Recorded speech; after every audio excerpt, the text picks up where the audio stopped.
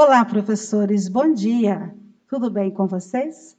Vamos continuar então, trabalhar mais um pouquinho com vocês, continuando com as nossas reflexões nesses dias que vocês estão nas escolas. São algumas reflexões, algumas orientações, nada do que vocês ainda já não tenha sabido, né, e conhecido, mas a gente vai refletir sobre algumas coisas importantes. Uma frase bastante significativa, onde diz: nenhum vento derruba as folhas de quem tem fé em suas raízes. Essa frase ela tem tudo a ver com a gente, nós que somos professores, né? O professor que gosta, o professor que se dedica, aquele que é comprometido com o seu trabalho. Isso tem tudo a ver com a realidade que nós estamos passando agora, né? Então, se a gente ama o que a gente faz, fica mais fácil. E lembrando vocês, nesses dias de estudo, né, o nosso referencial curricular do Paraná, que vocês já estão em mãos, apenas para lembrar vocês que continuem, né, trabalhando em cima dele, para montar as atividades, os planejamentos, o seu diário. Então, são as orientações. E é um material que vai servir para nos ajudar nesses dias, nos orientar diante da situação de pandemia a qual nós estamos passando. Foi feito principalmente para esses momentos agora. Então, nós estamos com o ensino e a pandemia. Né? O que fazer? Como fazer? Nós temos assim, nesses dias de estudo, só para relembrar, repensar as práticas pedagógicas, buscar avanços no ensino, definir novas formas para alcançar os objetivos e desafios educacionais que estão por vir. É para isso que nós estamos reunidos. É para isso que foi feito o material, o referencial em foco. É para isso que vocês estão nas escolas, para a gente repensar, planejar, buscar caminhos, analisarmos o nosso trabalho do ano passado, né? O que foi bom, o que não foi bom, né? E estar preparados para enfrentar os desafios educacionais que estão por vir. Nós sabemos que não é fácil, mas, né, um pouquinho de cada um, com o esforço, com a dedicação, que a gente sabe que todos têm o seu comprometimento, se vai se tornar mais fácil. O referencial curricular em foco, ele vai servir para quê? Para indicar os objetivos da aprendizagem que são essenciais. Ele vai elencar os conhecimentos prévios necessários e pensado para permitir a progressão do aluno em cada ano. Foi para isso que ele foi construído, né? O que é importante, o que é essencial, o que o aluno aprendeu, porque a gente sabe que nossos alunos, nós não sabemos como eles vão vir para nós, né? A gente pensa que eles têm adquirido um pouco de conhecimento. Então, como que eles já sabem, e usando o nosso referencial curricular em foco, né, nós vamos ter uma noção e podermos tocar o nosso trabalho. E pensar também, o que faremos para permitir que o aluno progrida de um ano para o outro, para ele melhorar, para ele se destacar na aprendizagem? Foi para isso que foi construído o referencial curricular em foco. E, a princípio, diante dos vídeos da Undime, da CED, que nós temos assistido, temos visto, falam bastante sobre o planejamento, o que nós vamos priorizar, né? Então, vai ser bimestral, vai ser semestral, vai ser anual? Vamos fazer semestral, mas dividindo em bimestre, né? Porque fica mais fácil para você ter um conhecimento, acompanhar o aprendizado do aluno. E vamos considerar também os conhecimentos prévios dos alunos, né? Entre eles, nós colocamos assim, o primeiro ano, o segundo ano e o terceiro ano. Você fala assim, nossa, mas eu vou revisar de novo o vogal, vou revisar de novo o alfabeto, o que eu faço? Dentro do referencial, ele fala assim, que para o aluno conseguir a total fluência, ele tem que dominar esses conceitos. Ele tem que conhecer o alfabeto, ele tem que conhecer o que é as vogais separadas, letras maiúsculas, junções, as famílias silábicas. Não está escrito lá com essas palavras, né? Mas isso é necessário trabalhar com os nossos alunos. É claro que nós, a princípio, vamos fazer essa sondagem, a nossa apostila, o nosso material, vai ser trabalhado em cima disso, montar as atividades e os vídeos. Então, isso não podemos fugir disso. Aí você vai olhar assim, nossa, mas está falando lá de texto, cantigas de roda, então é tudo através, né, do contexto, mas priorizando esse conteúdo. Então, ao nós montarmos o nosso planejamento, né, vamos considerar os conhecimentos prévios que os alunos têm, como já foi falado. Nível 4, nível 5, primeiro, segundo, terceiro ano. Trabalhar novamente. Isso é em matemática, pessoal. Em matemática, o que nós vamos priorizar? Vamos ver se o aluno sabe os números de 0 a 9, o traçado desses números. Será que ele aprendeu? Não está traçando errado? Reconhecimento, será que ele reconhece esses números? Né? A contagem oral, ele sabe fazer as comparações de quantidade, de lateralidade, trabalhar cores, trabalhar formas, progressivamente, para você, a partir disso, ampliar o seu aprendizado com os seus alunos, ir ampliando os conteúdos. Mas ele já aprendeu isso? A gente não sabe realmente o que ele adquiriu, o que ele assimilou, né? Então, vamos fazer esse trabalho aí à parte, essa sondagem com os nossos alunos. Devido à situação da pandemia, estarmos sem contato com os nossos alunos, né? Vamos fazer, então, esse nosso planejamento, né? Fevereiro, março e abril, né? Aí, a partir disso, né, você vai poder colocar os outros conteúdos que vão fazer parte, que vão ser necessários. Você pode montar ele analisando, você vai construir ele de fevereiro, março e abril, maio, junho e julho. Mas ele pode ser alterado. Você vai construir.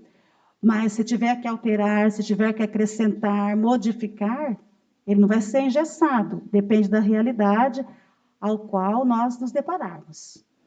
Outra coisa importante é você ter em mãos, né, o referencial curricular em foco.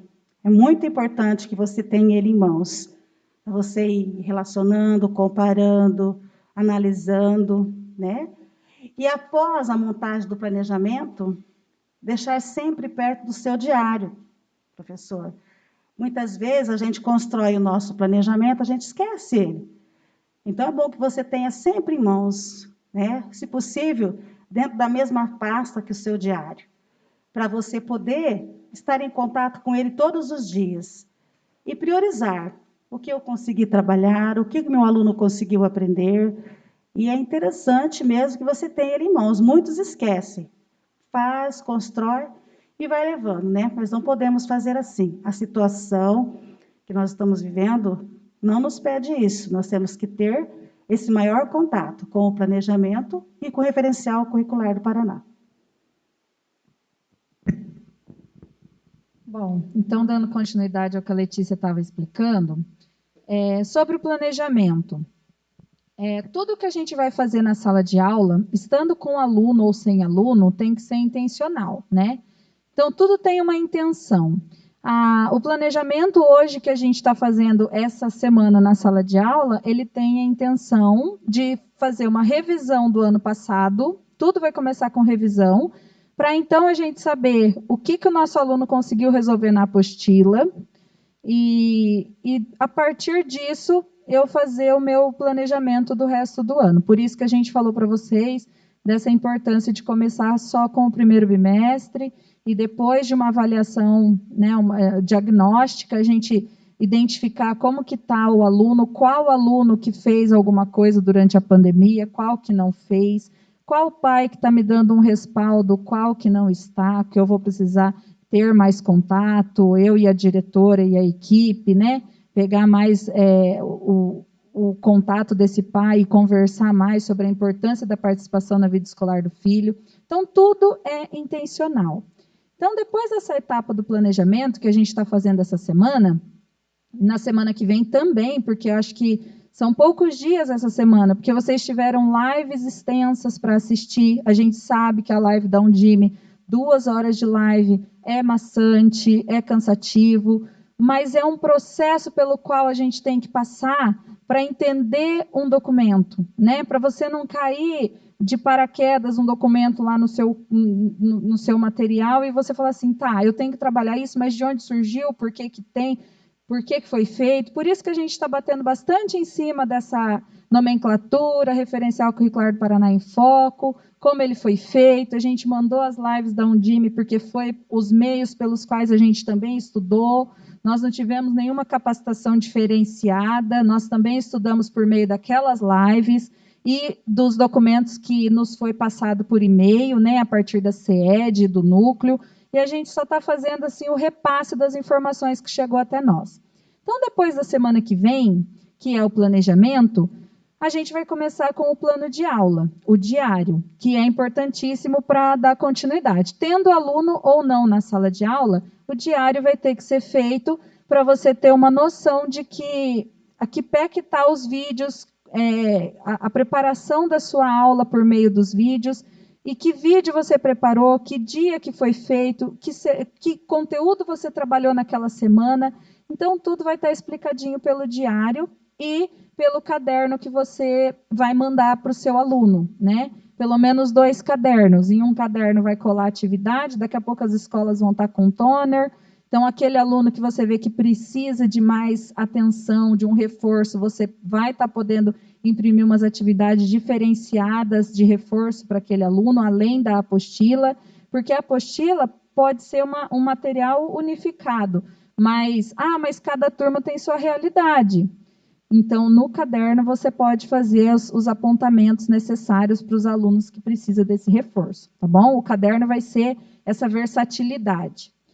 E depois do diário pronto, definir os materiais a serem utilizados. Então, eu já fiz meu diário, agora eu vou ver que materiais que eu preciso para fazer o vídeo referente a esse plano de aula. Não é um vídeo por plano de aula, mas naquela semana tem aulas que você sabe que o aluno vai surgir dúvida, que o pai não está preparado para ensinar aquilo, é aí que você vai fazer o vídeo reforçando a atividade da apostila, tá? Então, semana que vem também vai ser o momento de decidir esses vídeos, porque o planejamento estando pronto, você já sabe o conteúdo que você vai trabalhar e o tipo de vídeo que você vai preparar. Então, depois dos materiais definidos, as atividades preparadas, aí a gente cria as formas de explicação para chegar até o meu aluno. E que formas seriam essas? Áudios, vídeos, bilhetes, conversa com os pais, mantendo o distanciamento, claro, né?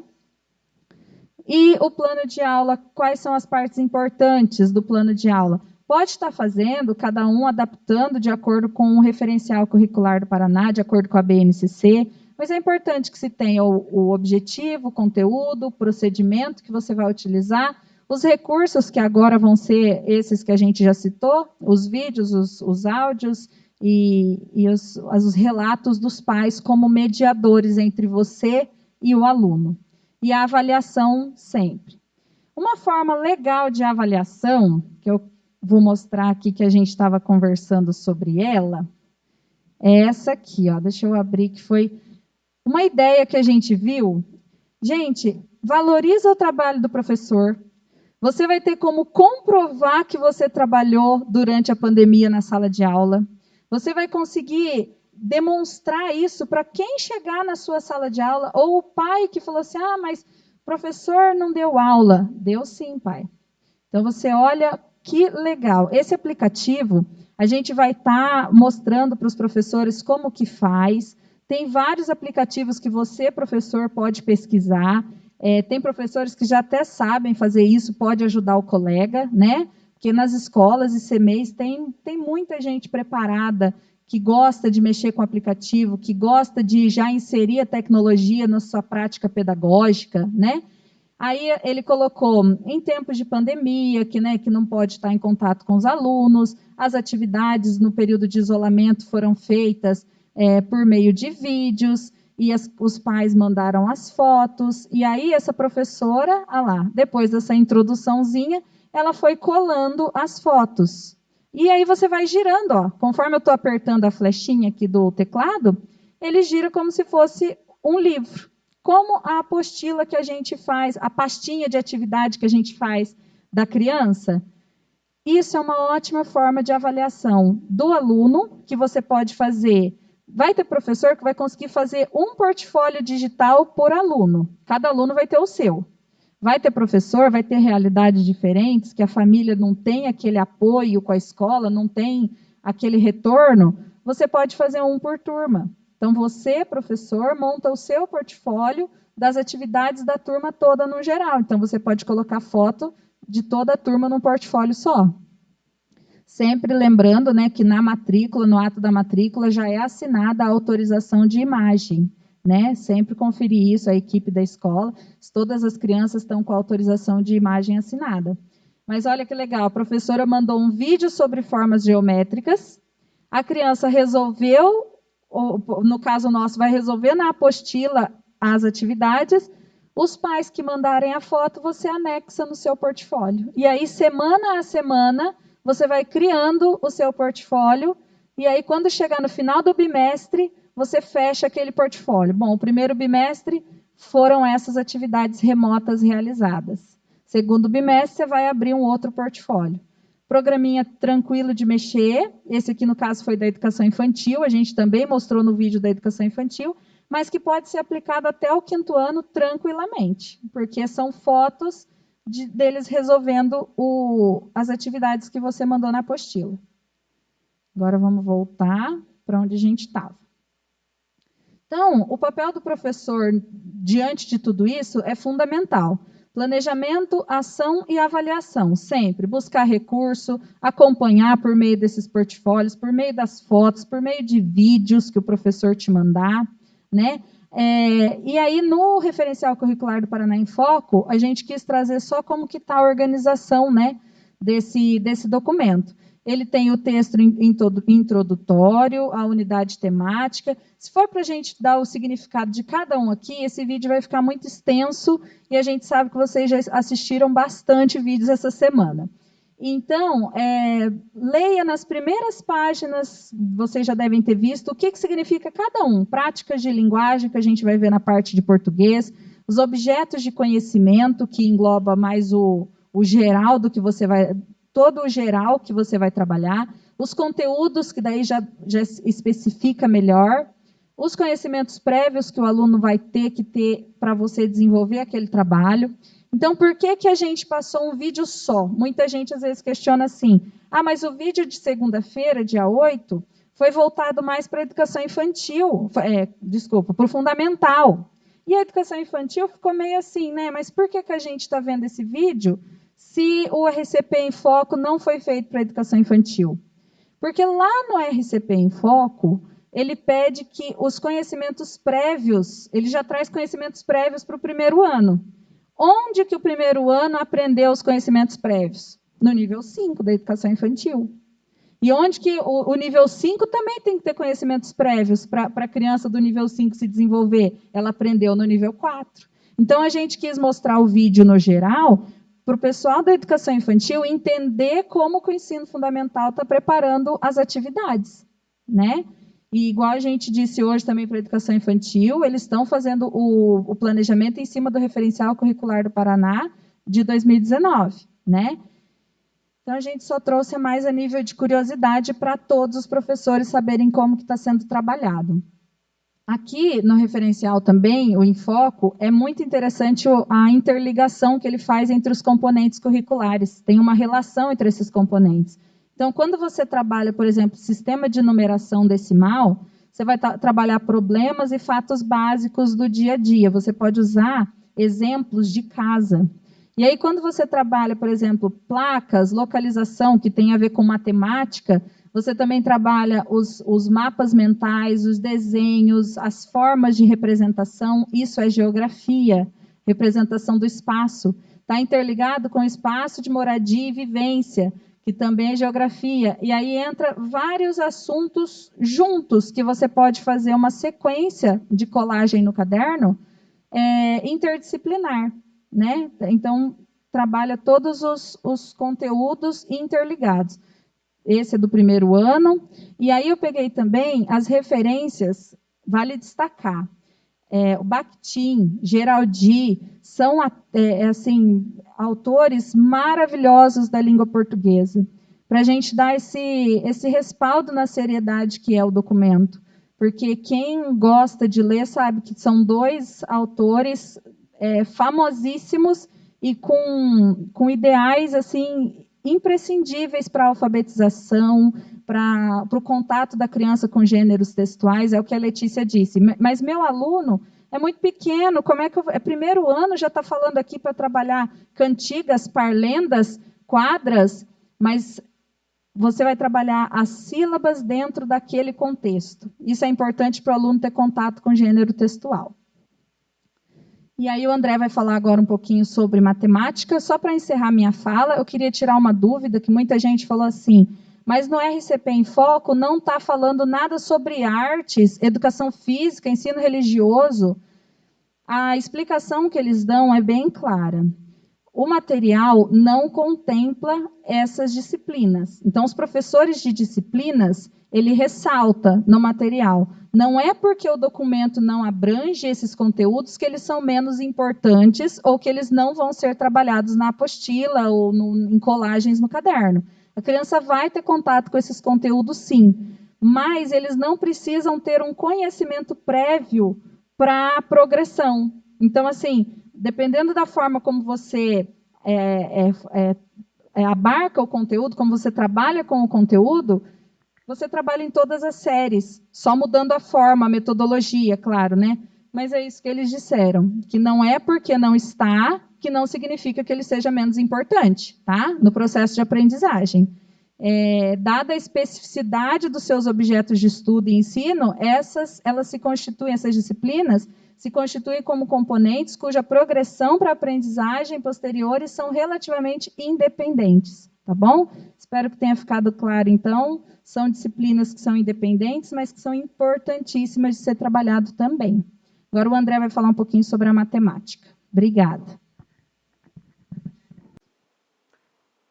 Olá, pessoal. Vamos tratar um pouquinho sobre a matemática, como que a matemática está colocada no referencial, né? Todos os anos, né, compreende esse quadro organizacional, né, das disciplinas, né? Na matemática não é diferente, né? O quadro, ele representa tudo aquilo que vinha do nosso planejamento antigo com alguns conhecimentos novos, né? A questão do primeiro espaço, que é a unidade temática, a gente pode correlacioná-las com a questão dos conteúdos estruturantes, né? E quais são esses conteúdos da matemática, né? Quais são esses conteúdos que fazem parte da estruturação curricular da matemática? A questão de números e álgebras, né? Onde vem toda a parte de contagem, seriação e números.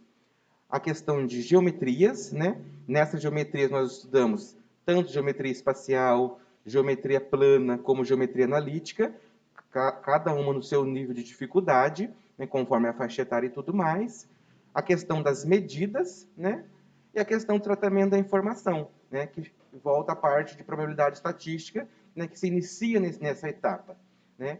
O currículo, ele é pensado progressivamente. Então, eu tenho que saber, enquanto professor, ter a visão única do currículo.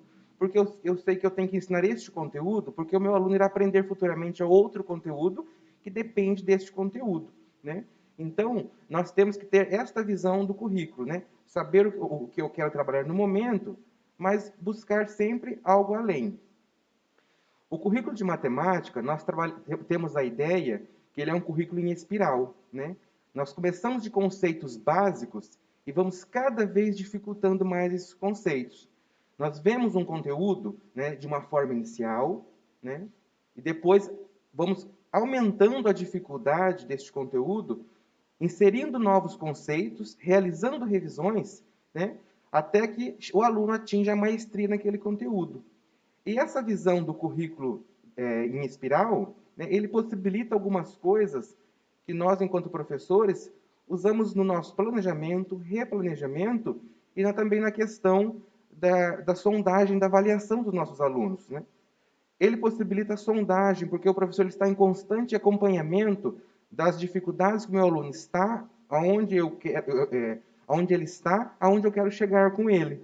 Neste caminho, o professor ele problematiza uma situação a partir de um contexto, ou seja, eu penso num conteúdo de matemática e vou usando a minha metodologia a partir daquilo que eu tenho, que o meu aluno traz consigo.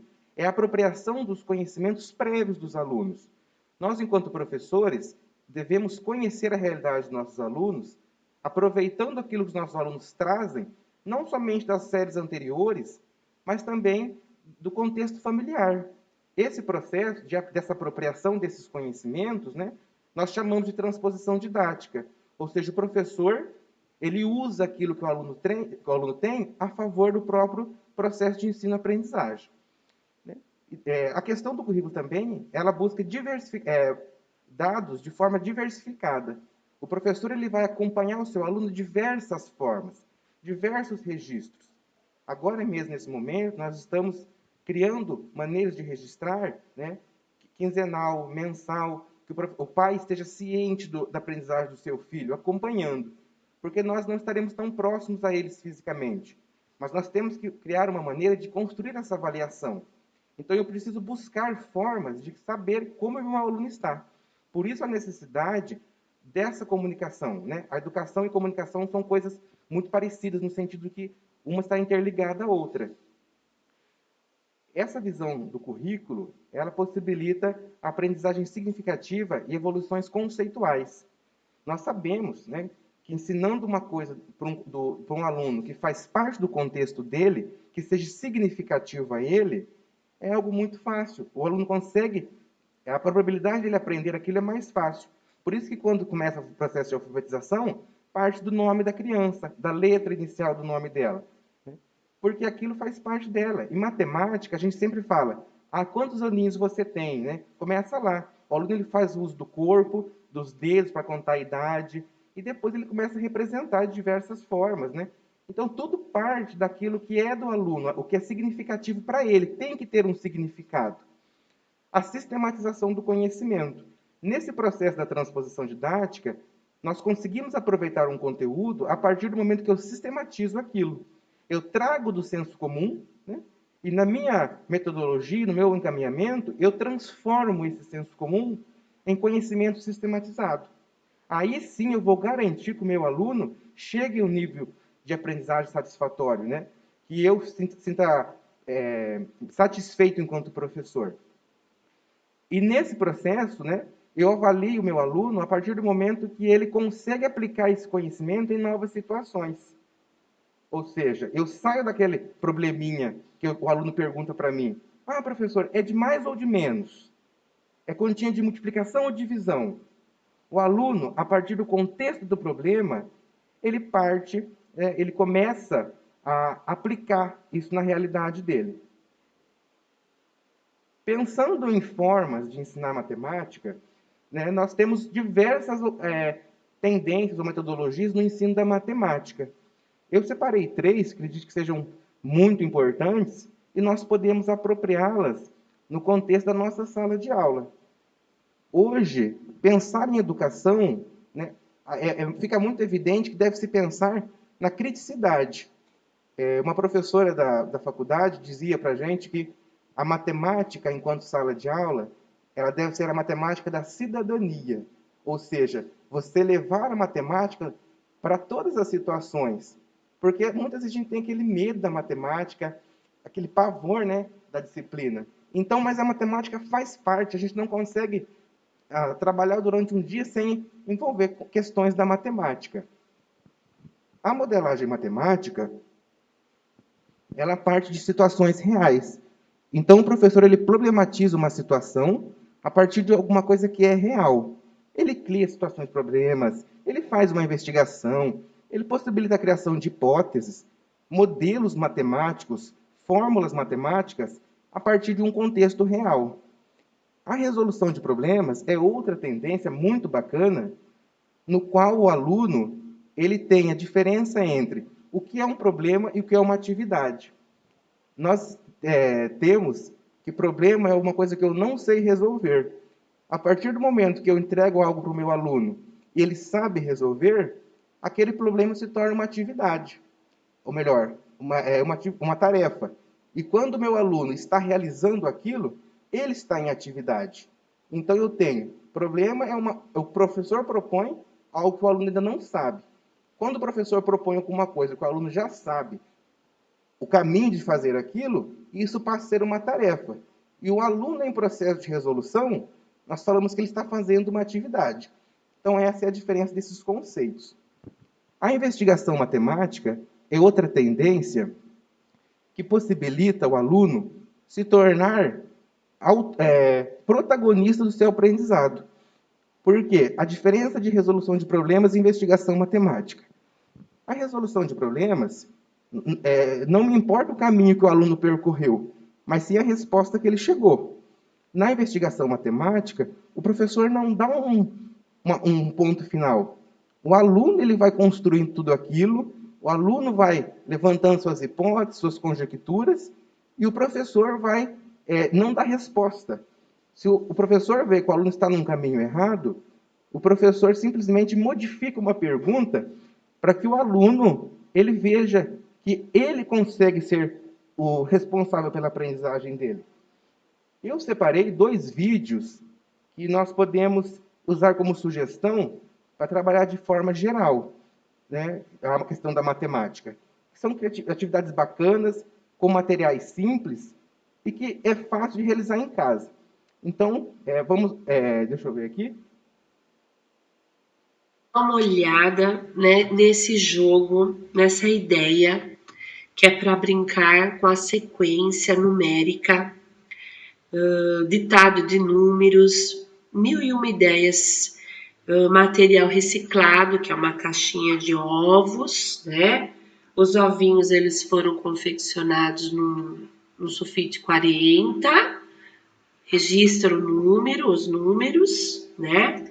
Essa caixinha aqui foi até o número 29, mas quem quiser pode aumentar a caixinha, né? Coloca mais uma, duplicar a caixinha e aumenta os números.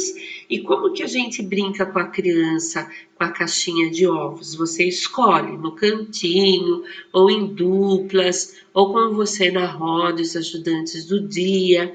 Você pode fazer primeiramente um ditado de números com eles, né?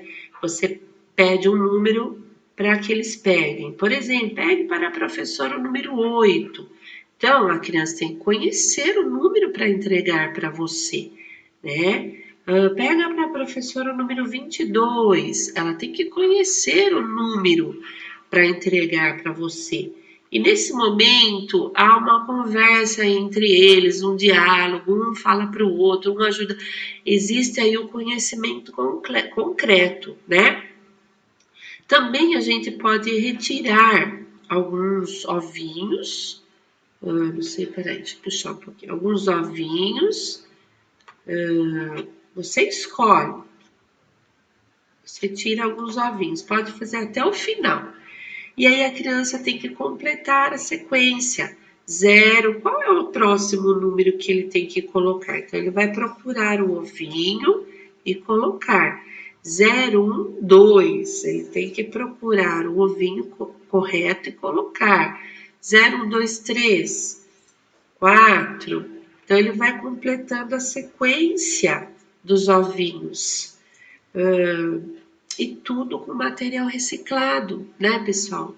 Coisas que a gente ia jogar no lixo e virou aí um jogo educativo muito legal, que a criança aprende muito. E o melhor de tudo, aprende brincando de forma lúdica. Espero que vocês gostem e aproveitem a ideia aí na sala de aula de vocês. Eu separei esse vídeo porque eu achei ele muito interessante, primeiro porque não tem muito trabalho manual na confecção, né? A base, que é a forma de ovo, já está pronta, né? O trabalho, no caso, vai ser cortar, que serão os ovinhos, né? E escrever os números, né? E depois disso, você pode pensar em uma infinidade de possibilidades. A questão de ordenar eles de ordem crescente ou decrescente, pensar em sequência de 3 em 3, 5 em 5, e assim vai, par e ímpar. Então, é um material muito simples, mas muito rico, né? Para a gente poder explorar bastante. Eu pensei em eu sugiro outra atividade também. Nós encontramos uma professora que ela propõe a questão das 4 operações fundamentais. Ela fez uma adaptação de um jogo de alfabetização, mas que nesse contexto da pandemia é muito útil no contexto da sala também, porque é muito bacana realizar ele com o grupo todo na nossa sala. O recurso que eu vou te mostrar no vídeo de hoje é excelente. É uma adaptação do recurso Lata das Letras. Para quem não viu este vídeo, eu vou deixar o link na descrição para você assistir. Combinado? Agora, papel e caneta na mão para novas aprendizagens. A Lata da Matemática tem como objetivo trabalhar o reconhecimento dos números, cálculo mental, raciocínio lógico, atenção e confiança, de uma forma muito lúdica. E você pode realizar com crianças da educação infantil, a partir dos 4 anos, do ensino fundamental, também com aquelas que demonstram dificuldades na aprendizagem e também nas salas de recursos. Para realizar o recurso, você irá precisar de um dado com os símbolos matemáticos de adição e subtração. Para crianças maiores, pode ter também o símbolo de multiplicação, de uma lata com uma abertura na tampa e vários números para serem colocados dentro da lata. Neste caso, foram escritos nas tampas de garrafa PET.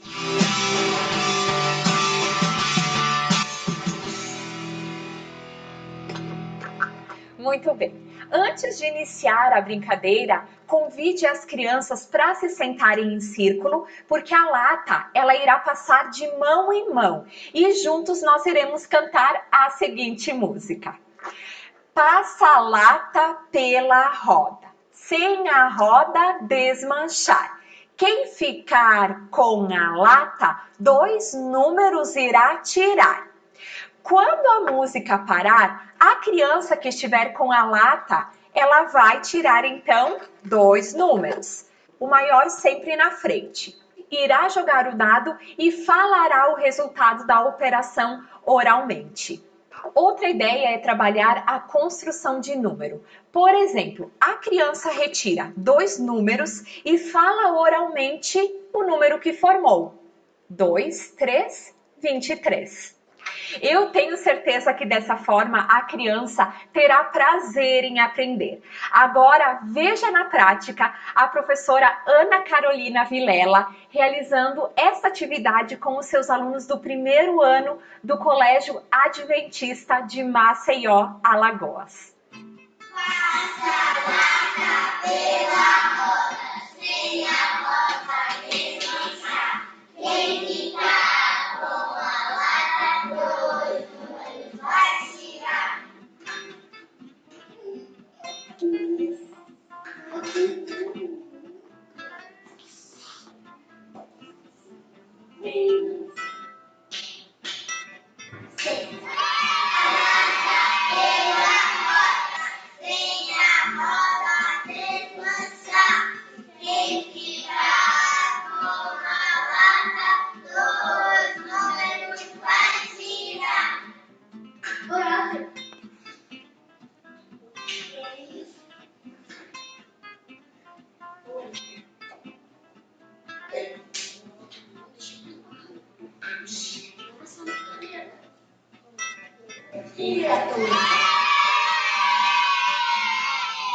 Que recurso incrível, não é mesmo? E outra dica importante é que, se mesmo realizando todas essas atividades, a criança continuar demonstrando dificuldades na matemática, pode ser sinal de descalculia. Então é importante fazer uma avaliação com profissionais da área, certo? O resto vocês já sabem. Compartilhem o vídeo em suas redes sociais e inscreva-se no canal. Deixe o seu joinha no vídeo, o seu comentário, que eu amo ler o que vocês têm a dizer. E vamos juntos seguir fazendo a diferença e acreditando na educação. Um grande beijo, até o próximo!